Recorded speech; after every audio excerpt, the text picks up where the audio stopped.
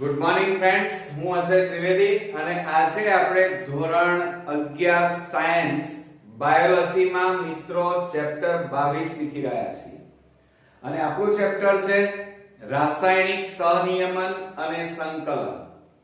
અને મિત્રો આ ભાગની અંદર આપણે અંતઃસ્ત્રાવી ગ્રંથિઓ અને એના પ્રકારો વિશે ચર્ચા કરીશું. તો ચાલો શરૂ કરીએ. મિત્રો ગયા ભાગની અંદર આપણે અંતઃસ્ત્રાવી ગ્રંથિઓ વિશે ચર્ચા કરી અને એના અંતઃસ્ત્રાવ. હવે આ ભાગની અંદર અંતઃસ્ત્રાવના રાસાયણિક રીતે કેટલા પ્રકાર પડે છે એ આજે જોવાના છે. તો મિત્રો આપણે જાણીએ છીએ કે આપણા શરીરમાં જે ચાલતી ક્રિયાઓ છે અને સમગ્ર ક્રિયાઓનું નિયમન સંકલન ચેતાતંત્ર દ્વારા થાય છે, પરંતુ ચેતાતંત્ર સાથે બીજું એક તંત્ર પણ સંકળાયેલું છે અને એ છે અંતઃસ્ત્રાવી તંત્ર. હવે આ અંતઃસ્ત્રાવી તંત્રમાં મુખ્ય ઘટક એટલે ગ્લેન્ડ, જેને અંતઃસ્ત્રાવી ગ્રંથિ કહીએ છીએ. અને આ અંતઃસ્ત્રાવી ગ્રંથિમાંથી અંતઃસ્ત્રાવો મુક્ત થાય છે. આ અંતઃસ્ત્રાવો મોટા ભાગે કુલ રાસાયણિક રીતે 4 પ્રકારના છે અને એ આજે આપણે જોઈશું. તો અંતઃસ્ત્રાવના રાસાયણિક રીતે પ્રકાર જોઈએ તો પહેલો પ્રકાર છે એમિનો એસિડના વ્યુત્પન્નો, એટલે કે એમિનો એસિડમાંથી ઉત્પન્ન થયેલા એમિનો એસિડના બનેલા અંતઃસ્ત્રાવો કયા કયા તો એ જોઈએ. એક છે એપિનેફ્રિન, બીજો નોરએપિનેફ્રિન અને ત્રીજો છે થાઇરોક્સિન. બરોબર. હવે એપિનેફ્રિન છે એને એડ્રીનાલિન પણ કહેવાય અને નોરએપિનેફ્રિન ને નોરએડ્રીનાલિન પણ કહેવાય. આ બંને અંતઃસ્ત્રાવો એડ્રીનલ ગ્રંથિના છે. એ આપણે હમણાં જોઈશું નેક્સ્ટ વિડિયોમાં. તો આ રીતે એપિનેફ્રિન, નોરએપિનેફ્રિન અને થાઇરોક્સિન આ 3 અંતઃસ્ત્રાવો એ એમિનો એસિડમાંથી બનેલા છે. ત્યાર પછી બીજા નંબરમાં જોઈએ તો લિપિડના વ્યુત્પન્નો, એટલે કે લિપિડના બનેલા, લિપિડમાંથી બનેલા જે અંતઃસ્ત્રાવો છે, જેને બીજી રીતે કહીએ તો સ્ટીરોઇડ અંતઃસ્ત્રાવો પણ કહેવાય. તો મિત્રો આ લિપિડના જે અંતઃસ્ત્રાવો, લિપિડમાંથી ઉત્પન્ન થયેલા જે અંતઃસ્ત્રાવો છે એને સ્ટીરોઇડ પણ કહી શકાય. અને એમાં આપણે જોવાના છીએ આલ્ડોસ્ટેરોન, પાછળ સ્ટેરોન પ્રત્યય લાગે છે. જુઓ, આલ્ડોસ્ટેરોન, પ્રોજેસ્ટેરોન, ટેસ્ટોસ્ટેરોન, ઇસ્ટ્રોજન અને કોર્ટિસોલ. યાદ રાખજો, નીટ માટે ખૂબ જ અગત્યના છે. આલ્ડોસ્ટેરોન, પ્રોજેસ્ટેરોન, ટેસ્ટોસ્ટેરોન, ઇસ્ટ્રોજન અને કોર્ટિસોલ આ અંતઃસ્ત્રાવો એ સ્ટીરોઇડ પ્રકારના છે. ત્યાર પછી ત્રીજો પ્રકાર જોઈએ અને એ છે ફેટી એસિડના વ્યુત્પન્નો. ફેટી એસિડ એટલે ફેટ, ફેટ એટલે ચરબી. તો ચરબીમાંથી એટલે કે ફેટી એસિડમાંથી બનેલા અંતઃસ્ત્રાવો કયા તો એક અને માત્ર એક જ છે અને ખાસ યાદ રાખજો, અને એ છે પ્રોસ્ટોગ્લાન્ડિન. કયો? પ્રોસ્ટોગ્લાન્ડિન. યાદ રાખજો. ત્યાર પછી ચોથા નંબરનો મોસ્ટ ઇમ્પોર્ટન્ટ ટોપિક એટલે કે ચોથા નંબરમાં પેપ્ટાઇડ અંતઃસ્ત્રાવો. હવે મિત્રો આપણે જાણીએ છીએ કે જો એક પેપ્ટાઇડ ભાગ લેતો હોય તો એને મોનોપેપ્ટાઇડ કહેવાય. બે પેપ્ટાઇડ ભેગા થાય તો એને ડાયપેપ્ટાઇડ. 3 પેપ્ટાઇડ માંથી બનેલા હોય તો એને ટ્રાયપેપ્ટાઇડ. 4 હોય તો ટેટ્રા. 5 પેપ્ટાઇડ જો હોય એના બંધારણમાં, બરોબર, તો પેન્ટા. 6 હોય તો હેક્સા. 7 હોય તો હેપ્ટા. 8 હોય તો ઓક્ટા. 9 હોય તો નેના અને 10 પેપ્ટાઇડ હોય તો એને ડેકા કહેવાય. તો આ રીતે પેપ્ટાઇડ એના બંધારણમાં એમિનો એસિડ કેટલા ભાગ લે છે એ અગત્યનું છે. એટલે કે એમિનો એસિડના આ જે પેપ્ટાઇડ અંતઃસ્ત્રાવો છે, એટલે કે પેપ્ટાઇડમાંથી બનેલા અંતઃસ્ત્રાવો, તો એ આપણે જોઈશું. પણ નીટ માટે ખૂબ જ અગત્યના છે, ધ્યાન આપજો. કે ઓક્સિટોક્સિન અને વાસોપ્રેસિન. કયા? ઓક્સિટોક્સિન અને વાસોપ્રેસિન આ બંને અંતઃસ્ત્રાવના બંધારણમાં મિત્રો 9 એમિનો એસિડની સંખ્યા યાદ રાખજો. ઓક્સિટોક્સિન અને વાસોપ્રેસિનના બંધારણમાં 9 એમિનો એસિડ આવેલા છે. હવે જુઓ મિત્રો, આમ તો એવું કહેવાય કે બે કરતા વધારે જો પેપ્ટાઇડ બંધ આવેલા હોય તો એને આપણે પોલીપેપ્ટાઇડ કહીએ. પરંતુ પોલીપેપ્ટાઇડ નો મતલબ શું થાય? અસંખ્ય કહેવાય.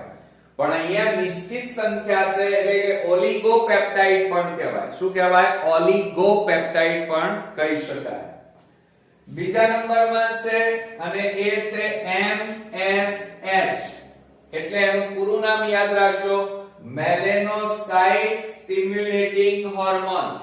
મેલેનોસાઇટ સ્ટિમ્યુલેટિંગ હોર્મોન્સ. અને આ અંતઃસ્ત્રાવના બંધારણમાં 13 એમિનો એસિડ આવેલા છે. ત્યાર પછી ઇન્સ્યુલિન. ઇન્સ્યુલિન એટલે એ ડાયાબિટીસ રોગ સાથે સંકળાયેલો અંતઃસ્ત્રાવ છે અને આ ઇન્સ્યુલિનના બંધારણમાં 51 એમિનો એસિડ સંકળાયેલા છે. ત્યારબાદ આપણે વાત કરીએ તો એડ્રીનો કોર્ટિકોટ્રોપિક હોર્મોન્સ એટલે કે ACTH. ACTH નું પૂરું નામ શું થાય? એડ્રીનો કોર્ટિકોટ્રોપિક હોર્મોન્સ. બરોબર. આ ઉપરાંત કેલ્સિટોનિન. આ બંનેના બંધારણમાં 30 એમિનો એસિડ આવેલા છે. ક્લિયર? અને ત્યાર પછી પેરાથોર્મોન. હવે આ અંતઃસ્ત્રાવ એ પેરાથાઇરોઇડ ગ્રંથિમાંથી ઉત્પન્ન થાય. હવે પેરાથાઇરોઇડ ગ્રંથિ ક્યાં આવેલી હોય? તો ગળાના ભાગમાં આગળના ભાગે થાઇરોઇડ ગ્રંથિ આવેલી હોય અને એની પાછળ છુપાયેલી પેરાથાઇરોઇડ ગ્રંથિ અને એમાંથી મિત્રો પેરાથોર્મોન્સ નામનો અંતઃસ્ત્રાવ ઉત્પન્ન થાય જે 84 એમિનો એસિડ નો બનેલો છે. એટલે કે એના બંધારણમાં 84 એમિનો એસિડ આવેલા છે. તો મિત્રો આ રીતે અંતઃસ્ત્રાવના રાસાયણિક રીતે કુલ 4 પ્રકારના અંતઃસ્ત્રાવો છે. પહેલો એક તો એમિનો એસિડના પ્રકારના, લિપિડના પ્રકારના, ફેટી એસિડ અને ત્યારબાદ મિત્રો પેપ્ટાઇડ પ્રકારના અંતઃસ્ત્રાવો છે. હવે એમાં એમિનો એસિડમાંથી ઉત્પન્ન થયેલા એમિનો એસિડના બનેલા અંતઃસ્ત્રાવો કયા? તો એપિનેફ્રિન, નોરએપિનેફ્રિન અને તે ઉપરાંત થાઇરોક્સિન. લિપિડના વ્યુત્પન્નો એટલે કે લિપિડમાંથી બનેલા અંતઃસ્ત્રાવો જેને સ્ટીરોઇડ અંતઃસ્ત્રાવો કહેવાય. એમાં કોર્ટિસોલ, ઇસ્ટ્રોજન, ટેસ્ટોસ્ટેરોન, પ્રોજેસ્ટેરોન અને આલ્ડોસ્ટેરોન. ત્યારબાદ ફેટી એસિડમાંથી બનેલો એકમાત્ર અંતઃસ્ત્રાવ છે ફેટ એટલે ચરબી અને એમાં છે પ્રોસ્ટોગ્લાન્ડિન. કયો? પ્રોસ્ટોગ્લાન્ડિન. ત્યારબાદ પેપ્ટાઇડ અંતઃસ્ત્રાવોની વાત કરીએ મિત્રો તો એમાં ઓક્સિટોક્સિન અને વાસોપ્રેસિન એના બંધારણમાં 9 એમિનો એસિડ આવેલા છે. MSH જે મેલેનિન કણો સાથે સંકળાયેલો અંતઃસ્ત્રાવ શરીરની ત્વચાના રંગ માટે જવાબદાર છે જેને મેલેનોસાઇટ સ્ટિમ્યુલેટિંગ હોર્મોન્સ કહેવાય જે 13 એમિનો એસિડ નો બનેલો છે. એ જ રીતે ઇન્સ્યુલિન જે ડાયાબિટીસ રોગ સાથે સંકળાયેલો એના બંધારણમાં 51 એમિનો એસિડ. બીજો છે એડ્રિનલ ગ્રંથિ સાથે સંકળાયેલો અંતઃસ્ત્રાવ ACTH જેને એડ્રિનો કોર્ટિકોટ્રોપિક હોર્મોન્સ કહેવાય અને કેલ્સિટોનિન. આ બંને અંતઃસ્ત્રાવોના બંધારણમાં 30 એમિનો એસિડ આવેલા છે. ત્યારબાદ પેરાથોર્મોન. પેરાથોર્મોન એ પેરાથાઇરોઇડ ગ્રંથિમાંથી ઉત્પન્ન થાય અને એના બંધારણમાં મિત્રો 84 એમિનો એસિડ આવેલા છે. તો મિત્રો આ વાત થઈ અંતઃસ્ત્રાવના રાસાયણિક રીતે પ્રકારની વાત કરી જે 4 પ્રકારમાં વહેંચાયેલા છે. હવે આપણે શરીરમાં આવેલી ગ્રંથિઓ વિશે વાત કરીએ કે આપણા શરીરની અંદર આવેલી મુખ્ય ગ્રંથિઓ કઈ. તો ધ્યાન આપજો મિત્રો, આ આપણું શરીર છે, એમાં જે કપાળની એટલે કે આ ખોપરી વાળો ભાગ છે એની અંદર મગજ આવેલું હોય અને મગજમાં બે ગ્રંથિ મુખ્ય આવેલી છે. એમાં એક છે પિટ્યુટરી ગ્રંથિ અને ત્યારબાદ બીજી પિનિયલ ગ્રંથિ. યાદ રાખજો, મગજમાં આવેલી બે અગત્યની ગ્રંથિ અને એક છે પિટ્યુટરી ગ્રંથિ જેને માસ્ટર ગ્લેન્ડ ગ્રંથિ કહેવાય. બરોબર, એટલે કે ગ્રંથિઓનો બોસ કહેવાય એને. બરોબર. ત્યારબાદ બીજા નંબરની પિનિયલ ગ્રંથિ આવેલી છે. આ થઈ મગજની બે ગ્રંથિઓ. ત્યારબાદ ગળાની ભાગની વાત કરીએ તો ગળાના ભાગમાં આગળના ભાગે થાઇરોઇડ ગ્રંથિ અને એની પાછળ છુપાયેલી પેરાથાઇરોઇડ ગ્રંથિ આવેલી છે જે જોડમાં હોય. ત્યારબાદ મિત્રો ઉરસ. ઉરસ એટલે છાતી અને છાતીના ભાગમાં થાઇમસ નામની ગ્રંથિ આવેલી છે. ત્યારબાદ છાતીની નીચે જઈએ તો ઉદર. ઉદર એટલે પેટ અને ઉદરમાં પૃષ્ઠભાગે મોટા ભાગે કઈ ગ્રંથિ આવેલી છે? સ્વાદુપિંડ, જે પાચન તંત્ર સાથે સંકળાયેલી ગ્રંથિ છે. અને એની નીચે જઈએ તો આ જે તમે બે જોઈ રહ્યા છો વાલના દાણા જેવી રચના, જેને મૂત્રપિંડ કહેવાય, અને મૂત્રપિંડની ઉપર શંકુ આકારની પીળાશ પડતા રંગની ગ્રંથિ આવેલી છે જેને એડ્રિનલ ગ્રંથિ કહી શકાય. અને સૌથી નીચે તો આપણે જાણીએ છીએ કે જો નર હોય એટલે કે પુરુષ હોય તો એમાં શુક્રપિંડ નામની ગ્રંથિ હોય અને જો માદા હોય એટલે કે સ્ત્રી હોય તો એમાં અંડપિંડ નામની ગ્રંથિ આવેલી હોય. આમ મિત્રો આપણે ગણતરી કરીએ તો મુખ્ય ગ્રંથિઓ કઈ? તો પિટ્યુટરી ગ્રંથિ, પિનિયલ ગ્રંથિ, થાઇરોઇડ ગ્રંથિ, પેરાથાઇરોઇડ, થાઇમસ, સ્વાદુપિંડ, એડ્રિનલ અને શુક્રપિંડ અથવા અંડપિંડ. તો 3 4 5 6 7 અને 8 ગ્રંથિઓ કુલ થઈ. આ ઉપરાંત મિત્રો યકૃતમાંથી પણ અંતઃસ્ત્રાવ ઉત્પન્ન થાય છે. આ ઉપરાંત હૃદયમાંથી પણ અંતઃસ્ત્રાવ ઉત્પન્ન થાય છે.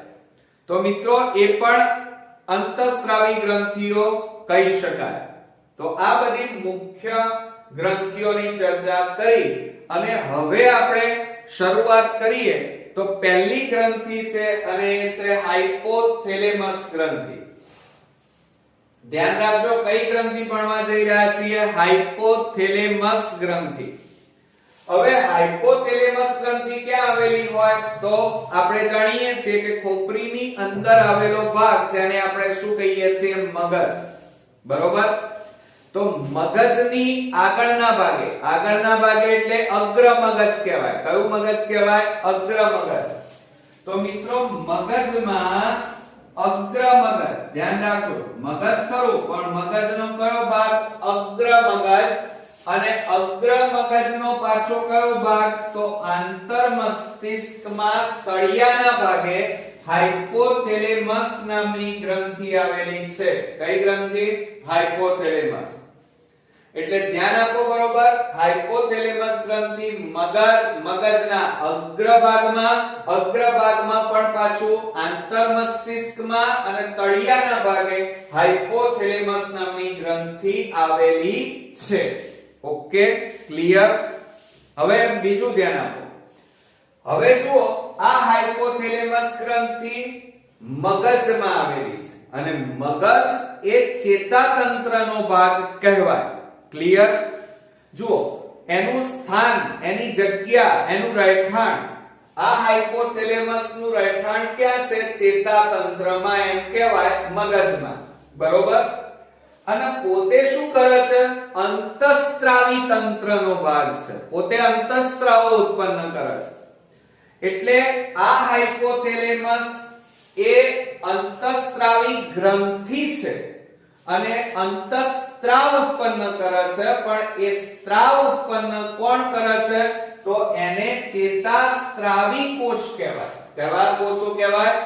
અંતઃસ્ત્રાવ ઉત્પન્ન કરતા કોષોને ચેતાસ્ત્રાવી કોષો કહેવાય. હવે તમે કહેશો સર અંતઃસ્ત્રાવી ગ્રંથિ હોય તો અંતઃસ્ત્રાવી કોષો હોય, તમે તો અહીંયા ચેતાસ્ત્રાવી કોષો કહો છો, પણ મિત્રો મેં પહેલા સ્પષ્ટીકરણ કર્યું કે આ ગ્રંથિ ચેતાતંત્રના ભાગમાં આવેલી છે, એટલે એના બંધારણમાં ચેતાસ્ત્રાવી કોષો આવેલા છે જે અંતઃસ્ત્રાવનો ઉત્પન્ન કરે છે, બરોબર? એટલે એને અંતઃસ્ત્રાવી કોષ ન કહેતા ચેતાસ્ત્રાવી કોષ કહેવામાં આવે છે. સમજણ પડી મિત્રો? ચાલો બીજું, હવે આ હાઇપોથેલેમસ એ પોતે કેવો છે જુઓ, સમજો જરા કે હાઇપોથેલેમસ એ અંતઃસ્ત્રાવી તંત્રનો ભાગ છે અને એનું રહેઠાણ કઈ જગ્યાએ છે? ચેતાતંત્રમાં.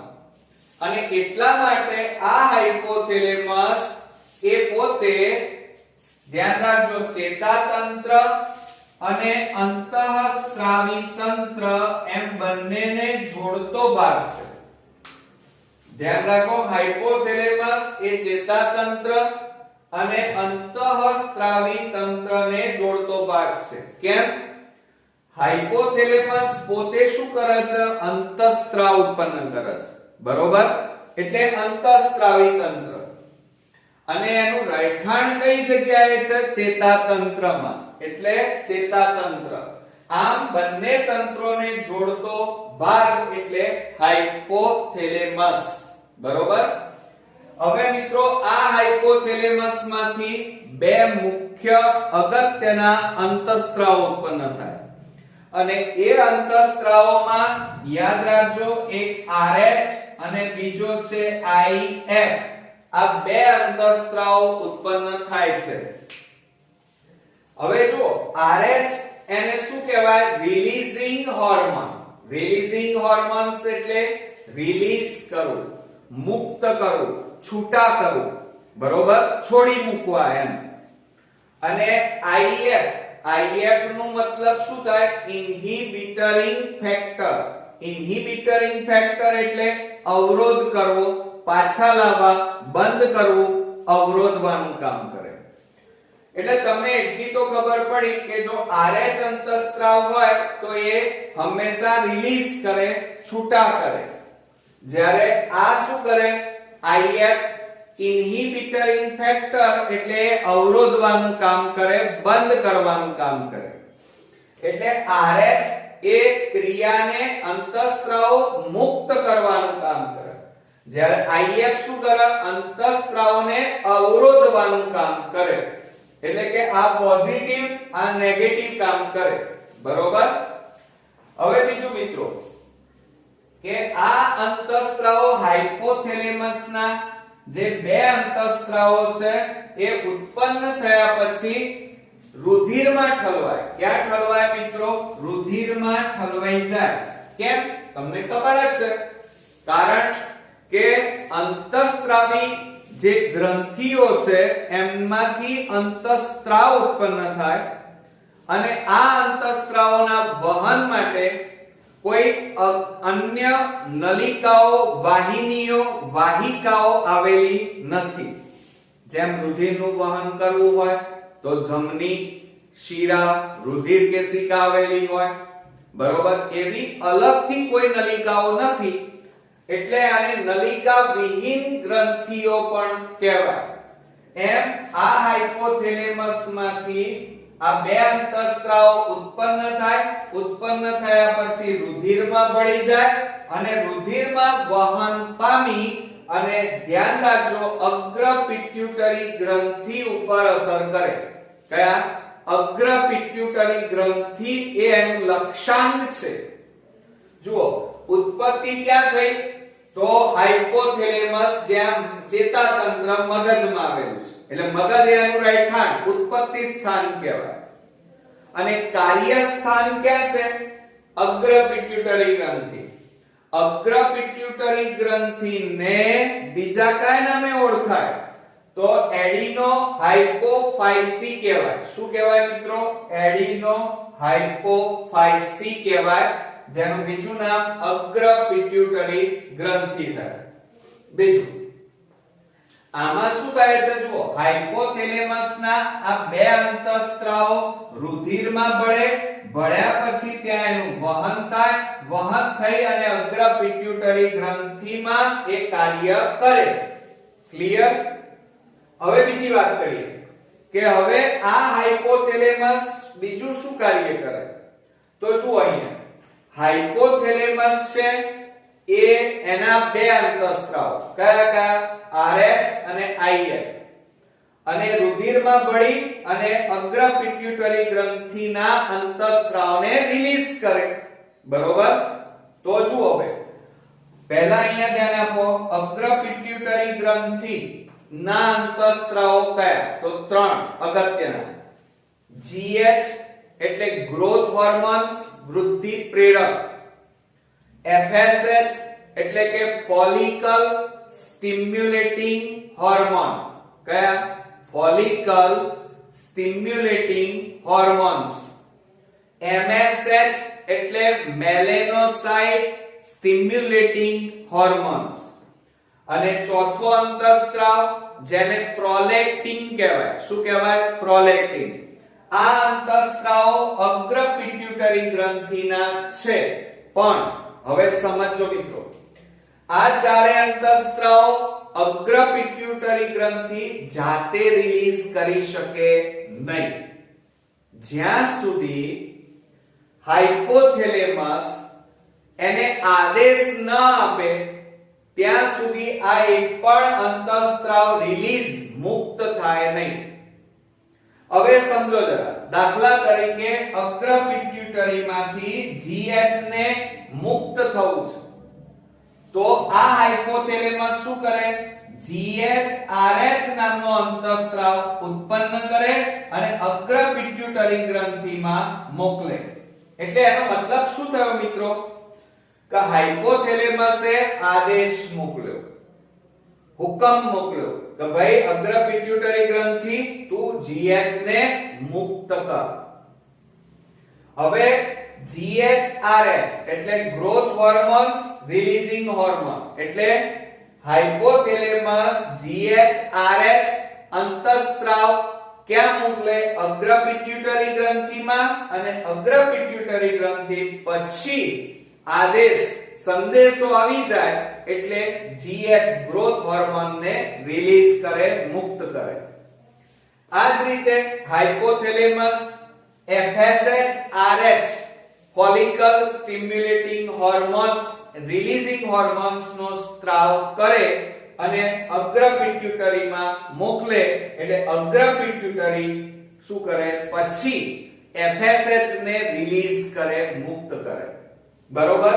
તો આ જ રીતે MSHRH અંતઃસ્ત્રાવ અગ્ર પિટ્યુટરી ગ્રંથિમાં જાય અને ત્યારબાદ જ એ સિવાય નહીં, ત્યારબાદ જ આ અગ્ર પિટ્યુટરી ગ્રંથિ મેલેનોસાઇટ MSH અંતઃસ્ત્રાવ મુક્ત કરી શકે. ઓકે? અને ત્યારબાદ પ્રોલેક્ટિન મુક્ત થાય. બરોબર? પરંતુ હવે મિત્રો આ અંતઃસ્ત્રાવો ઉત્પન્ન થઈ ગયા, રિલીઝ થઈ ગયા, કાર્ય પણ પૂરું થઈ ગયું. હવે કાર્ય પૂરું થઈ જાય એટલે આ અંતઃસ્ત્રાવોના રિલીઝ ને બંધ કરવું પડે, એના કાર્યને બંધ કરવું પડે. તો બંધ કરવા માટે કયો અંતઃસ્ત્રાવ જવાબદાર છે? IF. કયો? IF, જેને ઇન્હિબિટરિંગ ફેક્ટર કહેવાય. તો આ હાઇપોથેલેમસ PIF એ કોના માટેનો છે? પ્રોલેક્ટિન માટેનો. એટલે PIF પ્રોલેક્ટિન ઇન્હિબિટરિંગ ફેક્ટર આ અંતઃસ્ત્રાવ ક્યાં મોકલે? અગ્ર પિટ્યુટરી ગ્રંથિમાં. અને અવરોધવા માટેનો અંતઃસ્ત્રાવ છે. એટલે આ અગ્ર પિટ્યુટરી ગ્રંથિ પ્રોલેક્ટિન ને અવરોધે અને શું કરે? પ્રોલેક્ટિન નો જે રિલીઝ કરવાનો સંદેશો હતો એ બંધ થઈ જાય અને પ્રોલેક્ટિન હવે ઉત્પન્ન થાય નહીં. એ જ રીતે IF આની પાછળ જોડાઈ જાય, આની પાછળ જોડાય એટલે અગ્ર પિટ્યુટરી ગ્રંથિમાંથી GH, FSH, MH આ બધા અંતઃસ્ત્રાવ ઉત્પન્ન થતા બંધ થઈ જાય. એટલે એનો મતલબ એ થયો કે જો પાછળ આ અંતઃસ્ત્રાવની પાછળ RH પ્રત્યય લાગે તો અંતઃસ્ત્રાવ મુક્ત થાય, છૂટા પડે, રિલીઝ થાય, અને જો IF પ્રત્યય લાગે તો એ અંતઃસ્ત્રાવની ઉત્પત્તિ બંધ થઈ જાય, અવરોધાય. ઓકે મિત્રો, તો આ વાત થઈ આપણી. કોની વાત થઈ? તો આપણે હાઇપોથેલેમસના બે અંતઃસ્ત્રાવો. આ હાઇપોથેલેમસ સાથે સાથે ધ્યાન આપજો, કેટલીક વાર પશ્ચ પિટ્યુટરી, આ તો અગ્ર પિટ્યુટરી ગ્રંથિની વાત કરી, પણ હાઇપોથેલેમસના જે અંતઃસ્ત્રાવો છે એ પશ્ચ પિટ્યુટરી ગ્રંથિમાં ડાયરેક્ટ અસર કરે છે, ડાયરેક્ટ, સીધે સીધું. અને એ પશ્ચ પિટ્યુટરી ગ્રંથિને બીજા ન્યુરોહાઇપોફાઇસી નામે ઓળખાય. યાદ રાખજો, પશ્ચ પિટ્યુટરી ગ્રંથિને ન્યુરોહાઇપોફાઇસી તરીકે ઓળખવામાં આવે છે. એટલે હાઇપોથેલેમસના અંતઃસ્ત્રાવ ડાયરેક્ટ કોને અસર કરે છે? પશ્ચ પિટ્યુટરી ગ્રંથિના અંતઃસ્ત્રાવને કરે છે. ક્લિયર મિત્રો? તો આ વાત થઈ આપણે આજે હાઇપોથેલેમસ નામની ગ્રંથિ જે મગજમાં આવેલી છે, જે ચેતાતંત્ર અને અંતઃસ્ત્રાવી તંત્રને જોડતી ગ્રંથિ છે. બરોબર? મને ખાતરી છે કે આજના ટોપિકોમાં તમને મજા પણ આવી હશે અને સમજણ પણ પડી ગઈ હશે. તો નેક્સ્ટ વિડિયોમાં નવી એક ગ્રંથિ સાથે પાછા ફરી મળીએ. ત્યાં સુધી ગુડ નાઇટ ફ્રેન્ડ્સ.